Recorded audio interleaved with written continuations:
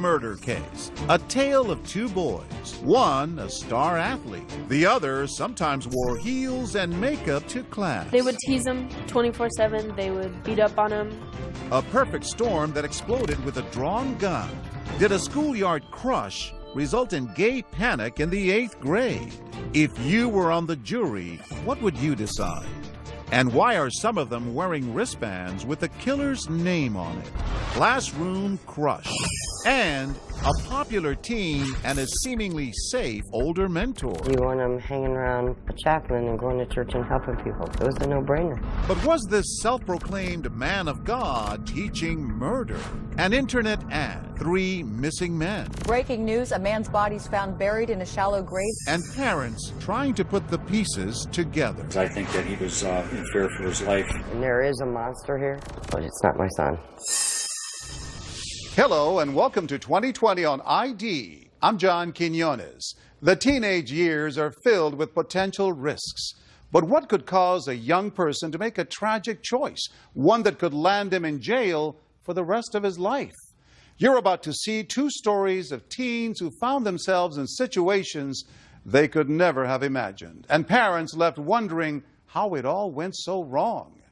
First, Brandon McInerney. He was a popular kid, but that didn't stop him from suffering what some would call bullying.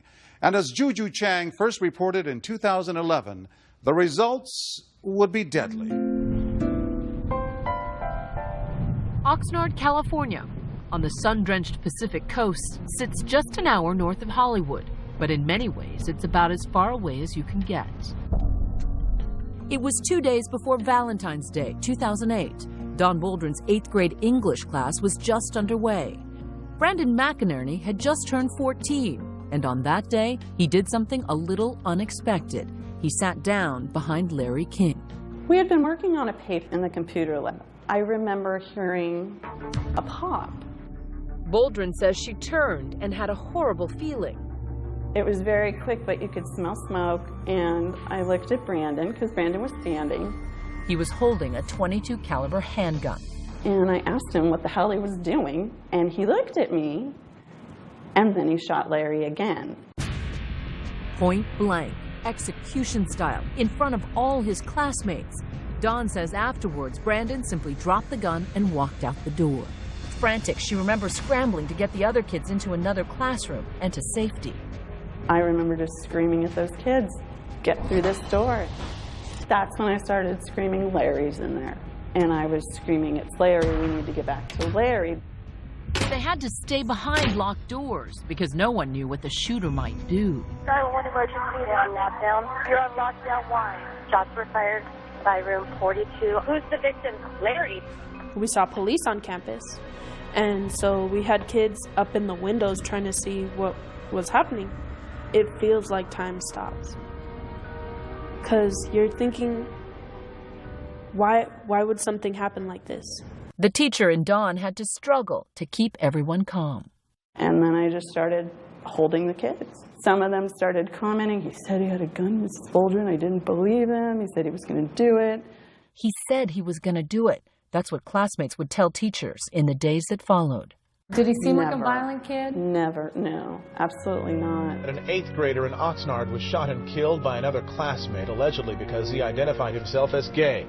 The 14-year-old shooter, Brandon McInerney, and the victim, 15-year-old Larry King, were on a collision course.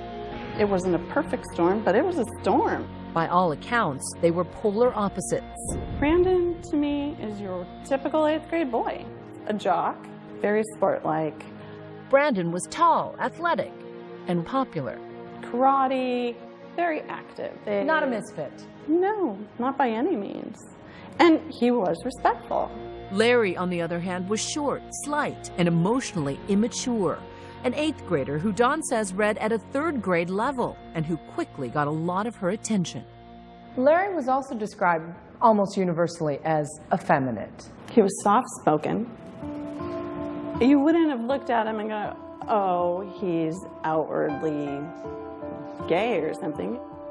Larry didn't hang with the jocks. He felt more comfortable with a group of chatty girls. One of them was his best friend since the 3rd grade, Avery. He wanted to be himself. He didn't want to follow in other people's footsteps. But Don Boldrin says however brash Larry may have been, he was just looking to fit in. Larry King was part black and adopted by white parents who say he loved bugs and dreamed of being an entomologist. Friends say Larry told them his parents were abusive, though they deny it.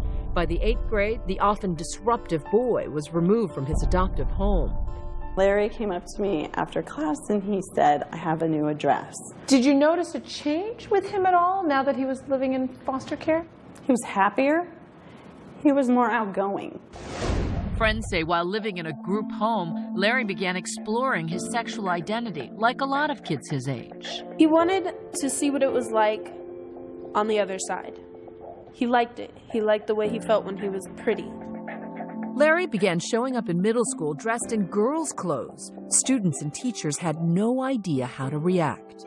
Larry wasn't doing anything that was against the rules. He was dressed, using jewelry, using makeup in any way that a girl would have been able to. But as anyone will tell you, middle school is an emotional tinderbox filled with raging, even explosive hormones. How was he treated in school? How did kids react to him dressing like a girl? Most of the girls would look at him like just one of the girls, and the guys looked at him like he wasn't human. They would tease him 24/7. They would beat up on him. He would go in the restroom for a while, and they'd push him into the lockers, and they tried to take his humanity from him. So they bullied him in every way? Yeah. Dawn Boldrin says she knew Larry was having a rough time, so she decided to do something nice for him. She secretly gave Larry a hand-me-down, her daughter's old prom dress with green satin trim. I bagged it up, and before school, very privately, I gave it to him. I told him to enjoy it, have fun. Some might say, what is a teacher doing giving a dress to a boy? There's a fine line in the classroom, and it's so hard because as a teacher, you are just seeing things with children that you shouldn't see and dealing with them in situations you just don't believe a child should ever have to deal with. What she says she saw is something that happens in schools everywhere, every day. A tortured student, bullied for being different. But she's been vilified by some for giving Larry that gown ever since. Did the prom dress accelerate an already dangerous situation? When you made the decision to give him the dress, you weren't thinking with your head necessarily. No, I wasn't. I was thinking with my heart. I was thinking, well, how great would it be to have a pretty dress? Now, I know Larry wasn't a girl, but he obviously enjoyed pretty clothes. Larry's friend Avery Lasky says it was a rare bright spot in Larry's otherwise troubled life. Did you ever see the dress that Dawn Boldrin gave Larry? Yes. You have a big smile on your face. Why? He acted just like any girl would when they see their prom dress. He was smiling nonstop, trying to show everybody, oh my God, look at my dress. And despite his teacher's warnings, Avery says Larry flaunted his new prized possession.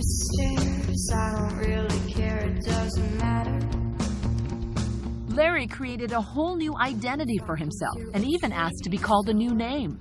It was just like a girl. He had an alter ego named Letitia. Dawn Boldrin says she put her foot down. I said, no, I'm not going to call you Letitia. I'm going to call you Larry because that's what's on my roll. Did you ever warn him against what he was saying, what he was doing? I did. I said, you know, what you do makes some people uncomfortable. But there was one student who friends say was not only uncomfortable, but disgusted by Larry's flamboyant new persona, Brandon McInerney. He would call him names. I think he had a hatred toward anyone who wasn't just like him. Did Brandon ever threaten Larry? Several times. He would always say, well, I'll get you later. I'm gonna hurt you. After the shooting, police picked up Brandon immediately, just blocks from the school. Inside his backpack, a copy of Hitler's Mein Kampf, and 2 spiral notebooks full of Nazi symbols, and 3 strange letters, SSL. Was it a hate crime? Did white supremacy inspire him? Or was it something more personal? There was talk of a schoolyard crush. Was one boy's attraction for another a motive for murder? Did he ever ask Brandon to be his Valentine? Stay with us.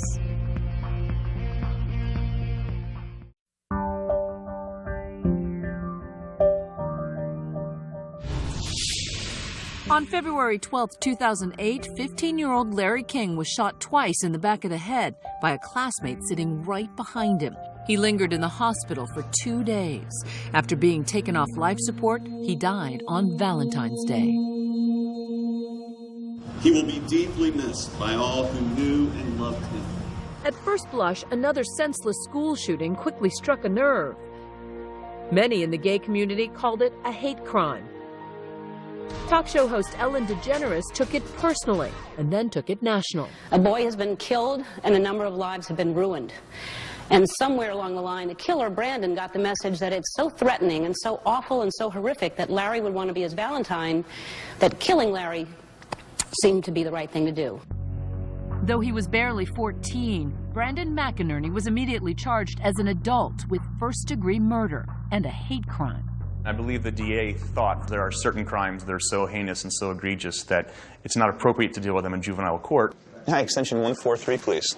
Reporter Zeke Barlow has followed every twist of the story since the day it happened for the Ventura County Star. Junior high is an awful time for you. It's an awful time, especially if you're abused. It's an awful time if you're young and gay and coming out. But what may have started as a case of schoolyard bullying could land Brandon in jail for the rest of his life. It took 3 long years to bring Brandon's case to trial, and as it got underway in July 2011, his brother James made an emotional public statement. 2 kids are basically losing their lives. It sucks, you know? Like, I'm sorry for Larry King's family as well. Like, I feel so sorry for them, but at the same time, I want to have my brother back. I don't know, it just sucks. James says his brother never got in trouble. He was a smart kid, a young Marine, all wasted in a violent home torn apart by drugs. Brandon's defense called you a bad mother in the courtroom. Is that fair? What? I'm an addict. Kendra McInerney is Brandon's mom. She says she was addicted to crystal meth while pregnant with Brandon. When he was 7, she was so strung out, she says, she sent Brandon to live with his father, who was an addict too. He was beating him badly. He used to beat the crap out of us all the time. If he had a bad day, he took it out on us, you know. It's just the way his dad was treating him, and that he, broke his nose on 4th of July. Brandon's father's drug-fueled rages reportedly got worse and worse in the weeks leading up to Larry's shooting. And was taking it out on Brandon? Yes. Yes, ma'am. During that same period, Brandon, the honor student, stopped turning in homework and was moved into Don Boldrin's remedial 8th grade English class because he'd fallen so far behind. He showed up in my classroom with no pencil, no paper, no backpack, nothing. He just showed up. And that was the first day, and I said, that's not going to cut it. You could see that Brandon was a kid in trouble. Mm-hmm. At first glance, these 2 boys appeared to have nothing in common. But Zeke Barlow says the victim and his assailant were surprisingly similar. There were reports that Larry has been abused as well, and then the abuse that Brandon suffered was well documented through the courtroom. It was very different avenues they were on, and it was this awful intersection that they met. At Brandon's trial, classmates testified Larry seemed to be stuck in a vicious cycle of getting bullied and then striking back. Mainly just call him names, gay or fag. These are audio recordings of students' testimony from inside the courtroom. I seen him chase my friend Jesus into the bathroom, but that was just because my friend made a remark against him, saying that, he sniffed the air and he said, I smell queer, But just who was bullying whom? Brandon's defense lawyer made a controversial accusation in court that Larry was not only the victim of bullying, but that he'd bullied Brandon right back. On a daily basis, Larry King was sexually harassing Brandon McInerney, and no grown-up did anything about it. Can you help explain, though, how a 5'1", effeminate boy can bully a stronger, bigger, strapping athlete? He was chasing boys around school with his heels. He was touching himself. He was doing things that are sexual in nature that you and I would look at an adult and say, that is inappropriate. However inappropriate, friends say it was Larry's only way of fighting back. Do you think Larry was sexually harassing the straight boys? I wouldn't call it sexually harassing. Was he bullying the straight boys? He would bully them in revenge, is what he would not just do it for no reason. He always did it after they made him cry. So do you think Larry was using his sexuality as a weapon? I think Larry was not using his sexuality as a weapon, but as a shield. But nothing could shield Brandon McInerney from Larry's obsession with him, according to his defense attorney. The rumor around school was Larry brazenly asked Brandon to be his Valentine. Somebody said that he went onto the basketball court in front of all Brandon's friends, embarrassed him, and asked him to be his Valentine. It's called Valentine's game, and you say the first person you think of, and you have to ask them out. And he said Brandon. And so he went and asked him out. Avery testified Larry blew kisses at Brandon. Another student claimed Larry's crush was no secret. He had supposedly told Brandon that he loved him. Whether it was, hey baby, what's up, or I love you baby, something like that happened in the hallway, and Brandon was upset by it afterwards. In court, the defense maintained that school officials were overly tolerant of Larry's behavior and allowed a sexually charged environment to become dangerous. In the stand, a lot of teachers testified that they thought that something bad was going to happen here, and they believed that nobody was really doing anything, and that the administration was perhaps even coddling Larry and allowing him to express himself. So I think they really struggled with that fine line, and there's a lot of people now who say they just erased the line and let Larry run wild. Don Boldrin was one of those who was criticized for allowing Larry to openly express his sexuality. I think it's a mistake. I think a teacher that does that oversteps their bounds.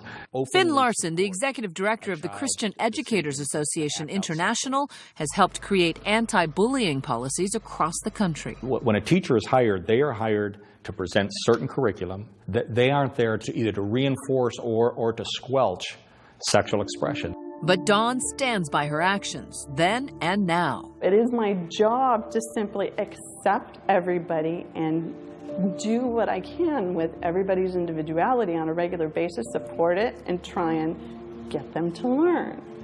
And that's what I was doing.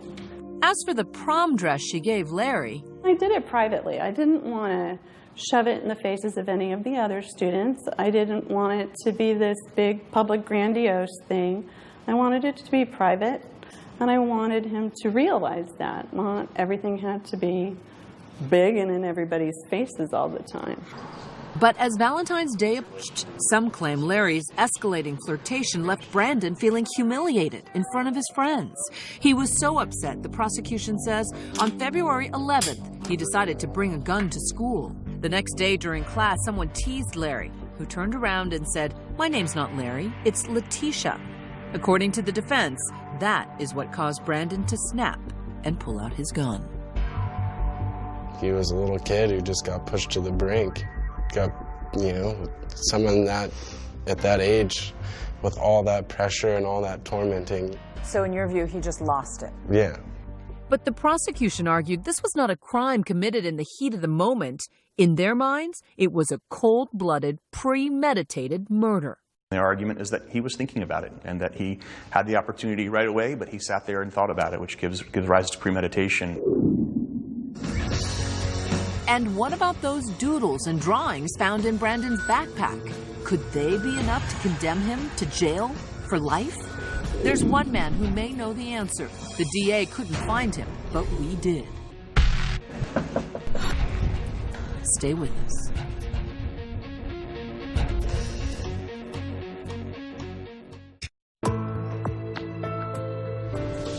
There is no doubt that 14-year-old Brandon McInerney shot and killed classmate Larry King at point-blank range. And many believe it was Larry's behavior that caused Brandon to erupt so violently. But the prosecution is presenting another theory, one that casts Brandon in a far different light. Once again, Juju Chang. For 2 long months, prosecutors presented 2 very different portraits of an 8th grader accused of murder. The jury would have to decide which Brandon McInerney they believed. Was he an unlikely victim, sexually harassed by a cross-dressing classmate with a not-so-secret crush on him? Or was he a homophobic white supremacist bent on killing? One of the most damning things that I think they used against Brandon was his own words. Brandon himself told the psychologist that he was a homophobe, he didn't like gays, that the worst thing that could happen to them was that some young gay kid would talk to him. A kid like Larry King. But reporter Zeke Barlow says the DA didn't just use Brandon's words against him, they used his possessions against him as well. They brought out all these notebooks that they found in both his backpack as well as in his home. More than 150 pieces, I believe, of different doodles and drawings, and some were simple swastikas. In court, Deputy District Attorney Maeve Fox tried to draw a link between those mysterious letters, SSL, found scribbled in Brandon's spiral notebooks, and white supremacy. She told jurors Brandon was living and associating with a hardcore gang of racists, the SSL, so similar to Hitler's SS. Jurors also listened to days and days of testimony on neo-Nazi ideology. And this man, self-avowed white separatist Matt Riome. Riome and Brandon's brother were once roommates. I know you're not on trial, but how long did you live with Matt Riome? For about 2 months. You're good friends with him? No, yeah, I've known him my whole life. That's James at Riome's wedding. He is an avowed white separatist, though. Yes. Was Brandon a white supremacist? No. How can you be so sure, James? Because he has so many friends that are not white, you know, that he hung out with. Like, his best friend for his entire childhood is a black kid. Matt Riome was to be the linchpin in the prosecution's case. What was the link they were trying to make? What I think they were trying to show is that Matt Riome educated Brandon on the beliefs of white supremacy, one of which obviously is anti-gay. But Riome never actually testified. DA said that they were going to bring him out, he was going to talk. Big part of their case. Nobody's been able to find him. Kathy Listel is a private investigator working for the defense. Should we see if we can find him? She brought our cameras to this undisclosed location on the outskirts of Las Vegas. The DA couldn't track him down, but 2020 did. And them here on camera with 2020. Meet Matt Riome. Make no mistake, he has some very strong beliefs about keeping the white race pure. I want to have a white family. You know, I love my family, and I want to make sure that our bloodline, you know, flourishes for as long as possible. But Riome flatly denies advocating violence or teaching his racist beliefs to Brandon. They wanted me to tell him, yeah, I told Brandon to go kill this kid, is what they wanted me to say. Riome accuses the district attorney of looking for anything to tie Brandon to the white power movement. They wanted to make him into a skinhead or a white supremacist, and, you know, somebody that hated Jews and gays and wanted to kill the person, you know, kill gays just for being gay. And they were going to use me as a tool to do it. They straight told me. He goes so far as to say the prosecution threatened him, his wife, and his family if he refused to cooperate with their investigation. So he went into hiding. They threatened to lock my wife and my dad out if I didn't tell them what they wanted to hear. 3 days before Larry King's murder, Matt Riome says Brandon did come to his door looking for his brother James, not him. He showed up at the door crying. He's definitely troubled by something that's going on in his life. You know, I told him to be a good kid, sleep on the couch. You know, my wife gave him a pillow and a blanket, and we woke up in the morning, he was gone. Matt Riome lived in a neighborhood called Silver Strand. Turns out SSL stands for Silver Strand Locals. But is it really a hotbed for neo-Nazis? We went there to see for ourselves. Silver Strand lies on the edge of Oxnard, a strip of land between 2 rock jetties. Well, if we started the jetty here, it goes across down to here to the kiddie beach.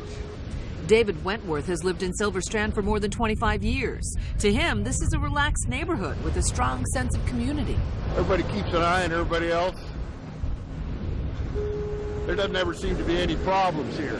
But prosecutors told a different story. They claimed the Silver Strand group, SSL, is a gang with neo-Nazi leanings. Matt Riome says that's not true. I've never known that to be a gang. I've lived there for 30 years, and it's never been a gang to me. But what about those symbols and tattoos some kids wear? It's nothing more than O-X. You know what I mean? It's Oxnard. Danny Crave is also one of the locals. He's another friend of Brandon's brother and says the young Brandon he remembers is not some angry teenager with white supremacist sympathies. I mean, Brandon was like one of the best kids on the beach. You know what I mean? He was the only kid on the beach that didn't want to party, that didn't want to smoke weed, that didn't want to drink, that, you know what I mean? Like, you wanted to go to school, you wanted to do everything right. Brandon's close friend, 22-year-old Darren Larkin, who's part black, agrees. He ain't no racist, he ain't no skinhead, nothing like that. He's a solid cat from the beach. Randy Hecht is a consultant for the defense who spent 20 years in police and FBI gang task forces. So if it wasn't a white supremacist gang, and you're not even sure it was a gang, what was it? It's a group of kids. I've talked to probably 100 people throughout the course of this investigation, and nobody believed he's a white supremacist, except for the DA. Locals here have been protesting the fact that the DA charged Brandon as an adult for murder. So save Brandon. David Wentworth testified at the trial on Brandon's behalf. He's done a bad thing, but he should be treated as what he was, a 14-year-old little kid. But what explains why Brandon was carrying a copy of Hitler's manifesto on the day of the shooting? His 8th grade teacher, who traded in her school ID for a coffee chain apron, says she repeatedly offered an explanation. I had been telling the DA, you've got this white supremacy thing all wrong. An innocent homework assignment could turn Brandon's so-called motive upside down. It was a World War II research report, and so each child had to have several documents from that report. In Brandon's case, Don says he chose to do the report on Adolf Hitler, and he actually checked out that infamous book from the school library. When we come back, we sit down with 6 of the jurors. The defense made a point that the adults let these children down. Absolutely. Absolutely. I feel Absolutely. that 100%. And why are they wearing wristbands with the killer's name on it? Surely you're not blaming Larry for his own death. When we continue.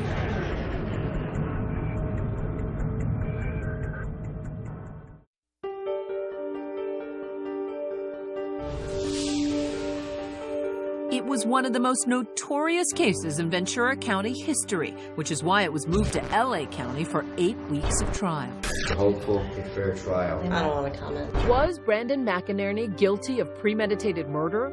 Or was it manslaughter, provoked by Larry King's relentless gay bullying? The distinction would mean the difference between a life sentence or being freed while Brandon was in his 40s. The jury deliberated for 17 hours over 4 days, but they could not come up with a verdict. A hung jury, a mistrial, meaning he could be retried. What tripped you up? I don't think everyone was open to just looking at the evidence. I mean, looking at the evidence. It was a 7-5 split for manslaughter. How many of you believed Brandon should have been tried as an adult for first-degree murder? Not one of you. These jurors agreed Brandon was guilty of the lesser charge, but 5 others believed he was guilty of murder. How many of you were convinced it was a hate crime? Not even close. Why do you shake your head, Nancy? They tried to present to us as jurors. It was, to me, way off base. Actually, all 12, that's one thing that we did agree on. Yeah. All 12 of us agreed that it was not a hate crime. Why? They were really working on a report on Anne Frank and Hitler, and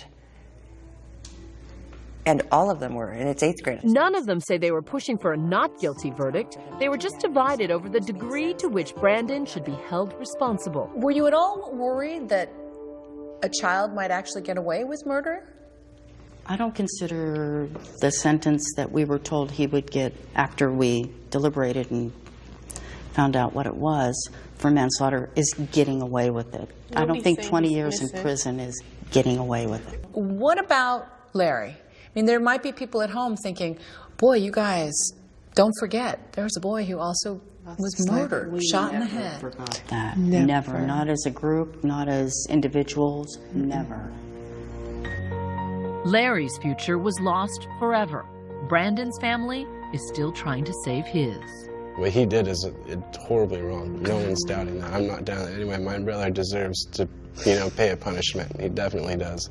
But from the age of 14, from the rest of your life to rot in a jail cell, that's not justice in anywhere. Our entire lives were taught 2 wrongs don't make a right. So how does 1 life for a life make a right? The district attorney's office refused to talk publicly, but said in a statement they believe Brandon is capable of killing again. The California court gave the green light for the DA to retry Brandon again for first-degree murder as an adult. But this time, they've dropped the hate crime allegation. They believe this is a very clear-cut case of first-degree murder, and they are standing by that, and they think justice has not yet been served. And yet these jurors are convinced there is no jury out there that would unanimously vote for first-degree murder. So if it wasn't white supremacy, what was Brandon's motive in your minds? I just think he felt he had no way out from the teasing from Larry. I mean, he's a 14-year-old boy who was basically beaten, from his dad half his life. So I just felt he had no other way out. So Brandon would have been violent with anybody who was picking on him? I think so. What do you think happened? I feel like Brandon was trying to rather really end the problem, not end Larry's life. I don't think he really thought that all out. Victor, was it you who said if Larry had just left Brandon alone, he'd be alive today? I think so. Do you believe that? Yes. Yeah. I agree. All of you believe. Yes, yeah, we do. I think that Brandon was so intimidated by his peers to think that he might also be gay, that he had nowhere else to go. But the prosecutor calls that a gay panic defense, a legal strategy California courts were the first to limit because it essentially blames the victim for their own death. You're not blaming Larry for his own death. No. What do you think happened? I think that there was a lot going on, but I believe that Larry was being bullied. I mean, I believe that people were, based on testimony, calling him inappropriate names in a derogatory fashion. But I don't think that anybody was stepping in and doing anything about that. These jurors felt strongly that teachers like Dawn Boldrin created a double standard, a lenient atmosphere towards Larry's eccentricities while ignoring kids like Brandon, who were troubled in other ways. I think Brandon got sent home for not wearing a collared shirt, but Larry could come to school in, 2 or 4 inch heels? The defense made a point that the adults let these children down. Absolutely. Absolutely. I feel Absolutely. that 100%. This high-profile case revealed a growing concern among many adults, especially educators, about how to properly handle kids like Larry. Middle schools have a tremendous challenge. Their job is different than it was 10, 20 years ago. Eliza Byard, the executive director of GLSEN, the Gay, Lesbian, Straight Educators Network, works on anti-bullying initiatives. She feels teachers need to develop better ways to respond to kids as they explore their sexual identity. The issues that all young people face have shifted younger.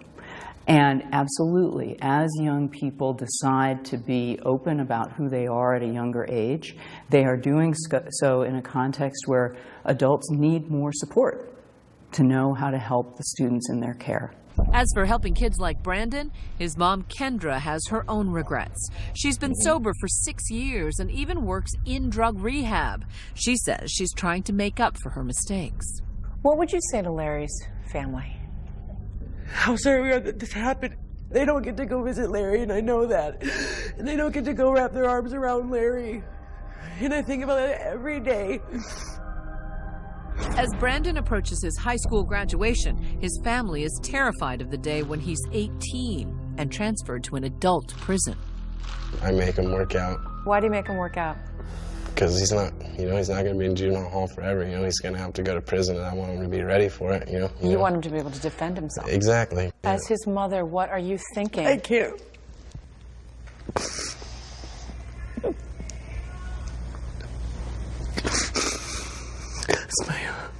This is the most. I'm so scared of the day that I have to know that.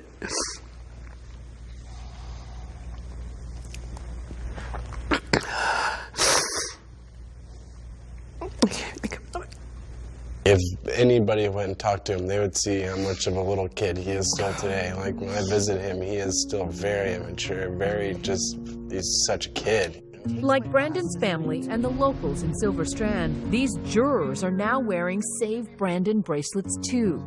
They also told us they're raising money for Brandon's defense for the retrial. And there's another person who supports Brandon, Dawn Boldrin, the teacher who gave Larry that green prom dress. When you heard hung jury, what was your thought? What was your reaction? I was elated, happy. And why? Because I realized those people saw a child.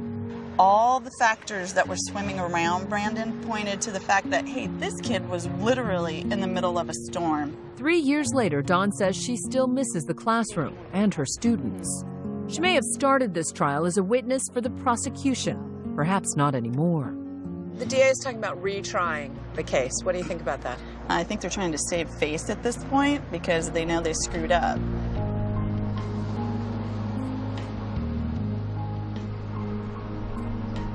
But Avery Lasky says no matter what the outcome, she hopes no one will ever forget her dear friend Larry King. Some affected him for good, some did not do what they should. This is a poem she wrote after he was shot and killed. I thought he'd live, but then he died. And in the end, he made us cry. Brandon McInerney later pleaded guilty to second-degree murder and was sentenced to 21 years in prison. He will be 38 years old when he's released. Brandon's mom reports he graduated high school while in juvenile hall and that many of his high school teachers attended. Larry King's parents filed a lawsuit against the McInerney family and the school district, among others. It was later settled. Meanwhile, the California legislature passed a bill expanding the definition of bullying in schools and requiring all schools in the state to have systems in place for dealing with the issue. Up next, an adolescent boy, his adult mentor, and a shocking outcome. A man's body's found buried in a shallow grave. Could their relationship have led to murder? When we come back.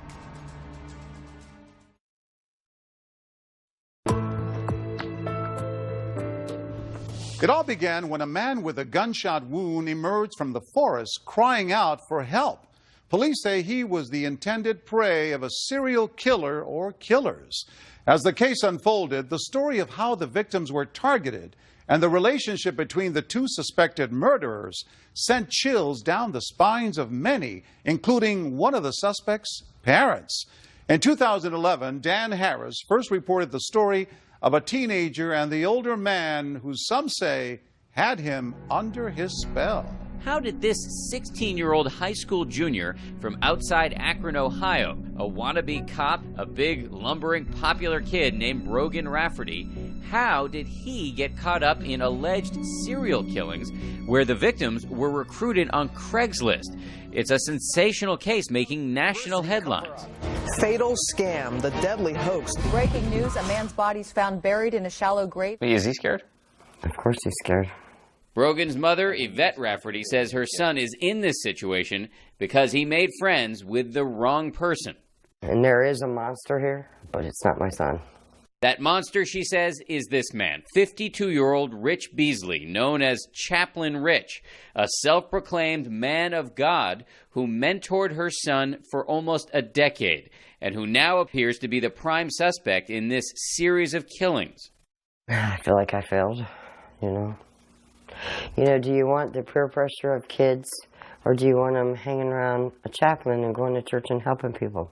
It was a no-brainer. For years, Chaplain Beasley cultivated a reputation around Akron as a do-gooder. He delivered meals to the needy, ran this halfway house, and ministered to people in trouble with the law. But police say the holy roller reputation was a facade. In early 2011, Chaplain Beasley was charged with selling OxyContin, growing marijuana, threatening his neighbor, and promoting prostitution. When he was released on bail, he reconnected with his mentee, Brogan Rafferty, and that, police say, is when the real trouble started. On October 7th, Beasley allegedly placed a help-wanted ad on Craigslist, $300 a week to watch over a 688-acre farm in rural Ohio. 3 days later, he allegedly held a series of interviews with applicants at this local mall.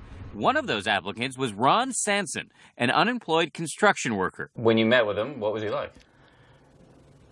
He was all right. I mean, no bells in my head went off about him. You know, like if he's going to be, you know, a mass murderer or something like that, which, you know, he's turning out to be, I guess. Sanson never got a call back, but several other men did. And on November 6th, one of them went into the woods for what he thought was going to be a job interview, but instead turned into attempted murder. He turned to see a gun pointed at his head. He deflected the gun and ran. As he was running from the gunman, he was shot in the arm. He survived and went to the police, who 9 days later found a body in a shallow grave not far away. The next day, they arrested both Rich Beasley and Brogan Rafferty. And then, on November 25th, police found 2 more bodies. When you heard a month or so later that people who did go for those interviews apparently got shot and killed, Right. what did you think? I thought, oh boy, this could have been me. It is yet another headline-generating crime spree linked to Craigslist, which has been used by rapists, robbers, and the original so-called Craigslist killer, Philip Markoff, the medical resident who shot a masseuse he met over Craigslist. Fortunately, Craigslist is just opportune for bad guys because you can be anonymous. I'm not sure it's Craigslist's fault because it's the nature of what they do. If these latest allegations turn out to be true, there are open questions about whether Rich Beasley sucked his 16-year-old friend into some sort of sick criminal apprenticeship, reminiscent of the D.C. sniper John Allen Muhammad, who carried out his killings with his young sidekick Lee Boyd Malvo. He would had to have convinced the 16-year-old that what they were doing had some point or purpose. You can call it brainwashing, you can call it whatever you might. But looking at the D.C. sniper case, I interviewed Lee Boyd Malvo, and you could tell in the early days that he just worshiped the ground that Muhammad walked on. Rich Beasley's attorney says her client is innocent, but Brogan Rafferty's parents are not buying it. In this exclusive audio interview, Brogan's father told ABC News his son may have gone along with the plan because Beasley threatened him and his family. I think that he probably didn't realize what he was involved in until it was too late and over his head, and that he was in fear for his life and the lives of people that he loved. Brogan's mother told me her son will have to pay for his decision to hang around with the wrong person. I believe he put his trust in someone, and he's a very smart kid, but sometimes when you're not seeing the whole picture, you just believe what's, you know, that person is going to lead you in the right way or whatever. I have the pain for these families and what my son's going through every day. And he has to live with this the rest of his life. Does he think about that? Oh, I know he does. Brogan Rafferty now sits in juvenile detention. In a letter home, Brogan tells his family he fears that when he finally gets out, everybody he knows and loves will be dead. He'll pay for his bad decision, but hopefully America and the jury will see that he was just a scared little boy. Both Brogan Rafferty and Richard Beasley were later convicted on 3 counts of murder along with other charges. Rafferty was sentenced to life in prison with no chance of parole. Beasley was sentenced to death. As of 2014, both men are appealing. I'm John Quinones. Please join us next time for another edition of 2020 on ID.